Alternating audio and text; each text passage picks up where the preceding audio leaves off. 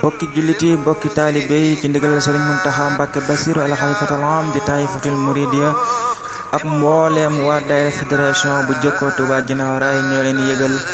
journée xasida bi nga xam ne dañu koy amal at mu jot ren nag ñu jàpp ko le 30 juin di dëppook dimanche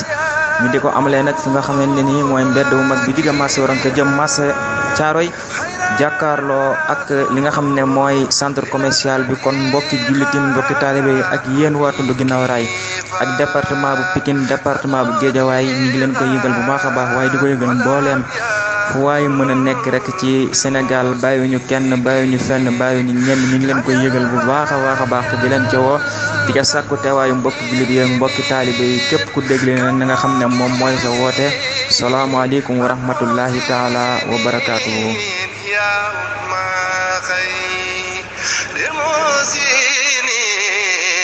ما